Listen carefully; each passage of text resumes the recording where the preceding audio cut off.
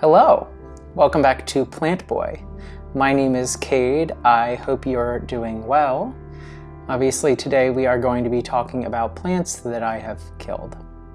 Now before we get into that, I just want to remind you that my socials are linked in the description below, that being Instagram and TikTok if it sticks around. Just a reminder to subscribe to the YouTube channel and turn on post notifications if you are interested in doing so.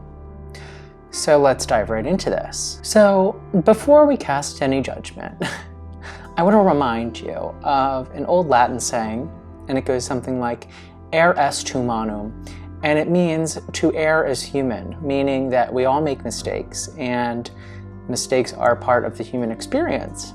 And it is how we learn from those mistakes that defines the mistakes and the experience that we have here. So, that being said, some of you may hear this list and cringe because you have had luck with these plants. These are plants that through my plant journey I have not had success with. But here's the list. So number one here, and if you have followed my videos or seen the Plants I Regret Buying video, this is on there as well. That would be crotons, a garden croton or a gold dust croton as well. I have killed both of these plants. Something about them just is not liking me at all.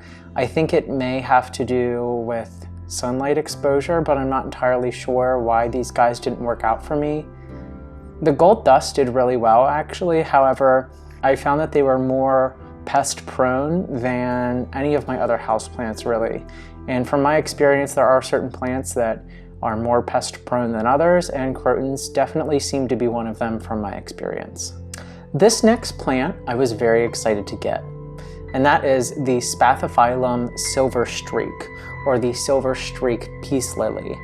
Here's a picture of the one that I had, and it did very well in my home up until I decided to repot it. As soon as I repotted this plant, something went wrong. The foliage all started to die back, it started to get brown crispy leaves, and eventually it was just totally dead. I could do nothing to revive it.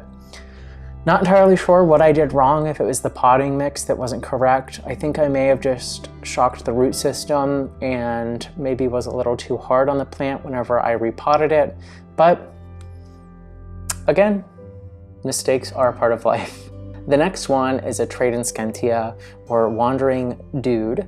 So there are purple varieties and there's also tricolor varieties, which is what I had. It's like a variegated one that actually has kind of pinkish purple toned foliage as well as primarily white and green foliage as well. And these guys are relatively easy to care for, provided that you have very high humidity and a lot of good light as well. Humidity, I think, was the thing that killed mine. It was not getting nearly enough humidity in my home, and it was not a fan of me or the space. I don't think that I'm going to be repurchasing any kind of Tradescantia anytime soon. It's just my personal experience. So the Tradescantia and this next plant were also on that Plants I Regret Buying video. If you want to see the plants that I have now, I have a houseplant tour guide out right now. I have one that was done in August and one that was done in June or July as well. So if you want to see through the space and see the plants that are doing well, I would recommend watching that. But the next plant is the Orthanocapensis, or the string of pickles or string of rubies.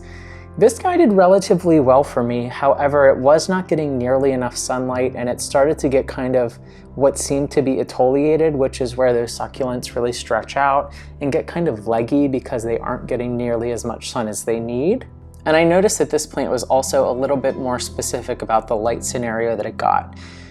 Kind of similar to a string of bananas, how these plants can get a little bald on top. If you're not giving them a lot of sunlight from the top of the plant, they can lose all those foliage or those bananas or pickles, and it can get kind of leggy looking, and that was definitely the case with this plant.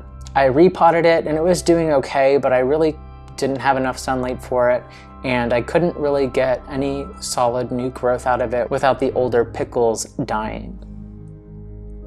So I composted it. And the last plant I've never talked about on this channel, It is a Peperomia capparada, I believe is how it's pronounced, or the ripple Peperomia. These guys I've heard are relatively easy to care for. I have seen other YouTubers talk about these like they are easy to care for, and others say that they are finicky for them. I did not have luck with this plant at all. As soon as I brought it into my space, it started to die back. I did my best to give it ample light and also have a decent amount of humidity around it as well, but it was just not really a fan of me.